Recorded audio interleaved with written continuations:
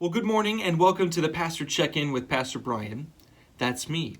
As always, it's a delight to be with you every Wednesday morning, and today is no exception. You'll notice my head is positioned right behind this light, or in front of this light, so as not to blind you, but I don't have a halo, I assure you of that.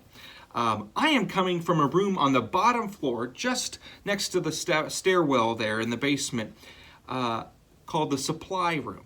And last week we were in the sacristy, thinking about it as more than a closet. Well, this is, a place where it holds supplies. But really, when we think about it, this is, to the youth and young adults program, a home for all of the stuff that makes their world go round.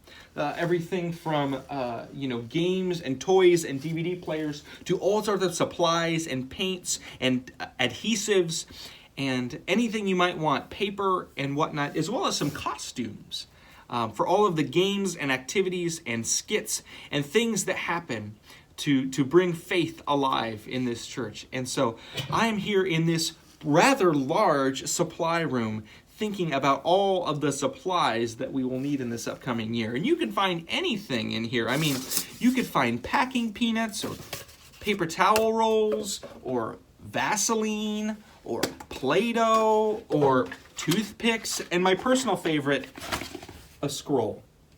Now, the thing that we have to think about, and the thing that I think makes it fitting for us to be in the supply room right now as we begin a journey together, a school year, an academic year, another program year in the life of the church, the thing we have to think about when we come in this room is, what do we really need?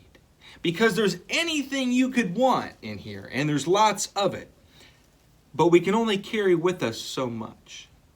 And so as we begin to journey together on another journey, a year which will look like none other in the life of the church or in our lives altogether, I want us to consider, what do we really need for the journey? What can we carry for the journey? What is essential for us?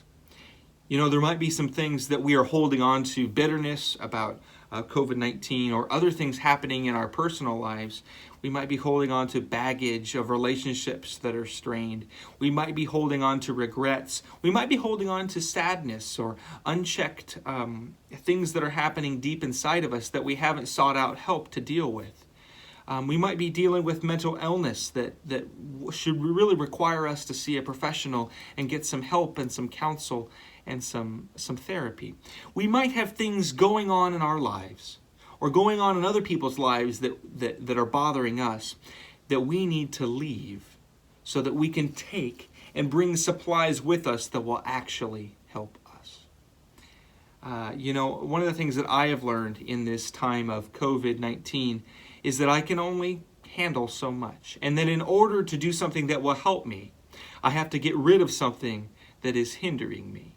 In order to take on one practice that will help my soul and nurture my spirit, I need to get rid of another piece of baggage that I just can't carry any longer. And so I wonder what that is for you. I know for some of you, there's probably more than you can handle at times. And for some of you, you might think, well, I don't have all that much. I guarantee you we all have something that is weighing us down, that we need to just leave behind in order so that we can grab what will help us, what will nurture us, and which will help us to be a blessing to others, which will help us have sustenance for the journey of seeking justice, loving mercy, and walking humbly with our God, as Micah 6:18 says. Micah 6:8. All of our lives is a constant journey of shedding and taking on.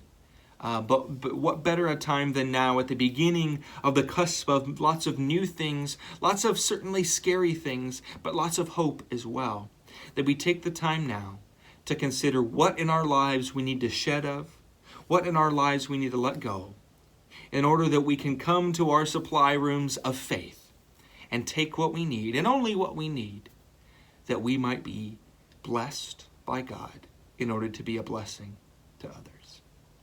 And so that's my short meditation for you today.